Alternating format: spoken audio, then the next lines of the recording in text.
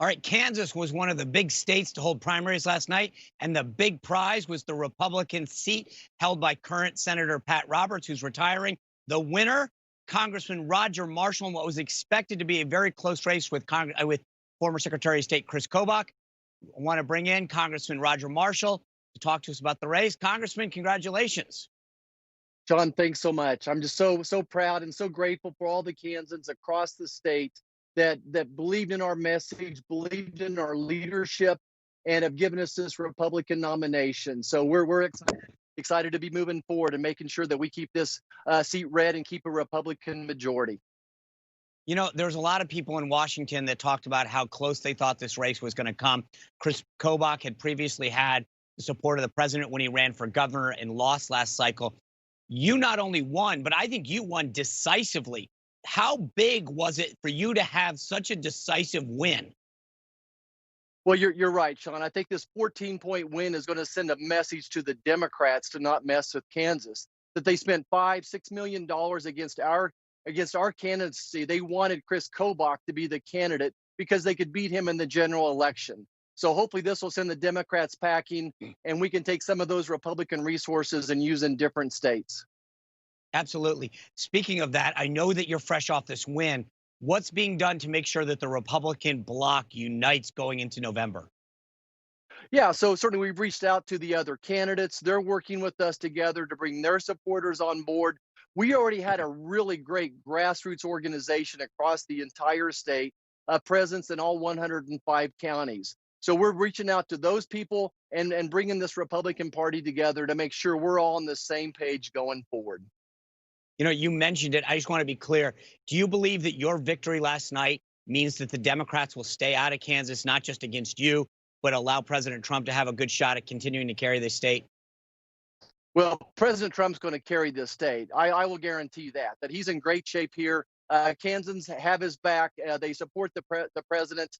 I expect the Democrats to play in this, but when they see that they're behind 10 or 15 points here in a week or two, I bet they take some of their resources to other states. All right, Congressman, I want to thank you for joining us fresh off the heels. I hope you were up late celebrating last night. As I said, this was supposed to be a close race, and you blew it out. Congratulations. Best of luck in November. Hope to see you back soon. Yeah, thanks for having me on. You bet. All right, well, joining us now to break down some of the other key races in yesterday's primaries is Tom Bevan, co-founder and president of Real Clear Politics, and Reid Wilson, the national correspondent for The Hill. Gentlemen, welcome. Hi there. All right, well, let's just get to it. Tom, what stands out to you from last night?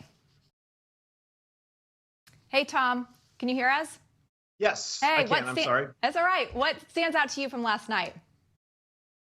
Well, a couple things. Number one, the social justice Democrats had a big victory, evicting Congressman Clay from office. That was another. The squad added a member last night in Cori Bush, and then also Kansas was a good night for Missouri in terms of what they did, both in the Senate race with Roger Marshall defeating Kris Kobach, and also in the 2nd congressional district replacing a candidate that was vulnerable in a general election. So good night for Republicans in Kansas. And for the Democrats, they look to add a member to the squad in November. All right, Reid, how about you? What are your big takeaways? Well, to add to the Congressman Lacy Clay losing in Missouri, I'd also point to Congressman Steve Watkins, who lost his re-election bid in Kansas. It's the first time that 2 incumbent members have lost re-election on a single night since 2008, back when I actually worked for Tom Bevan over at Real Clear Politics. And it's we're seeing the most incumbent members this year have lost renomination on the Democratic side and the Republican side in any race since the 1970s that doesn't involve redistricting.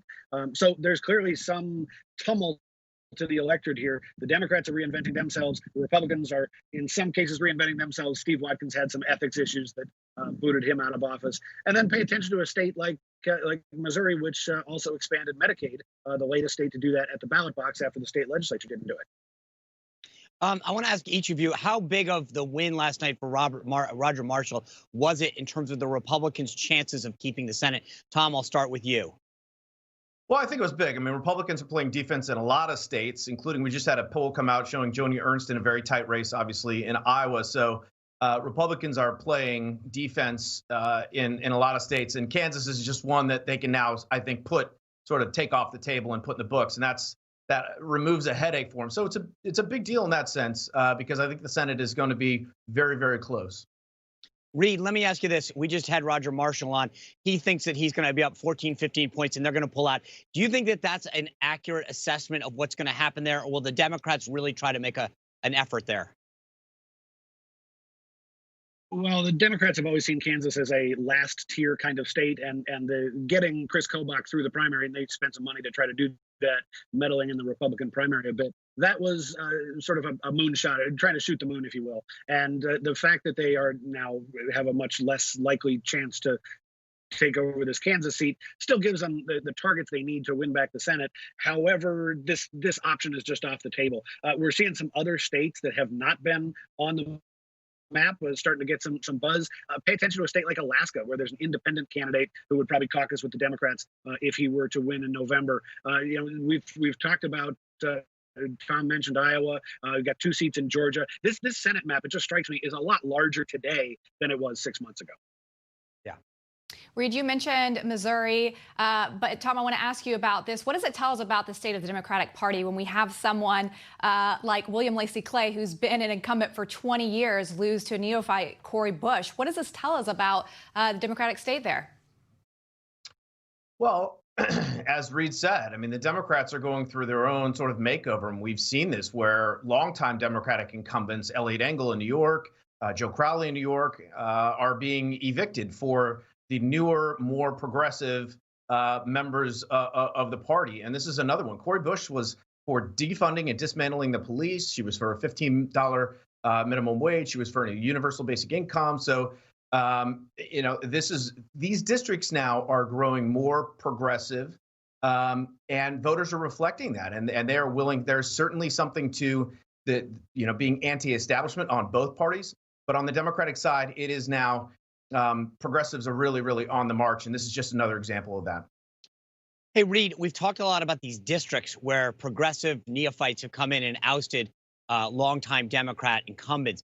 But I want to point you up New England, where there's a Senate race against longtime Senator Ed Markey, who had previously served in the House, and Joe Kennedy of Kennedy fame, but is currently in the House taking him on.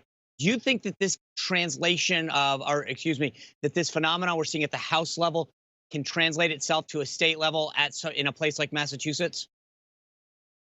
In Massachusetts, is actually sort of the reverse. Ed Markey's been in the Senate for one term, and he's the more liberal candidate in the race. Joe Kennedy is sort of the centrist moderate, at least by Massachusetts standards. As you talk to environmental groups and the sort of more progressive and liberal groups, they're all behind Ed Markey this time around.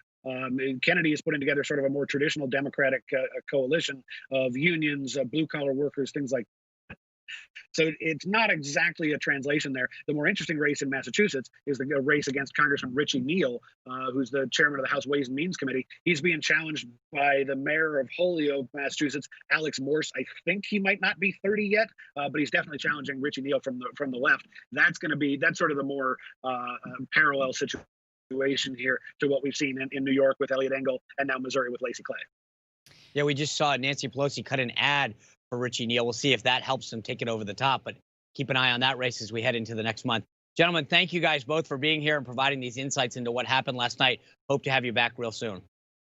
Thanks. All right, well, coming up, the Trump campaign has hit the ground running, literally, with thousands of volunteers knocking on doors across the country. But Biden's camp is taking a little bit of a different approach. We'll ask which strategy will be the winning one next.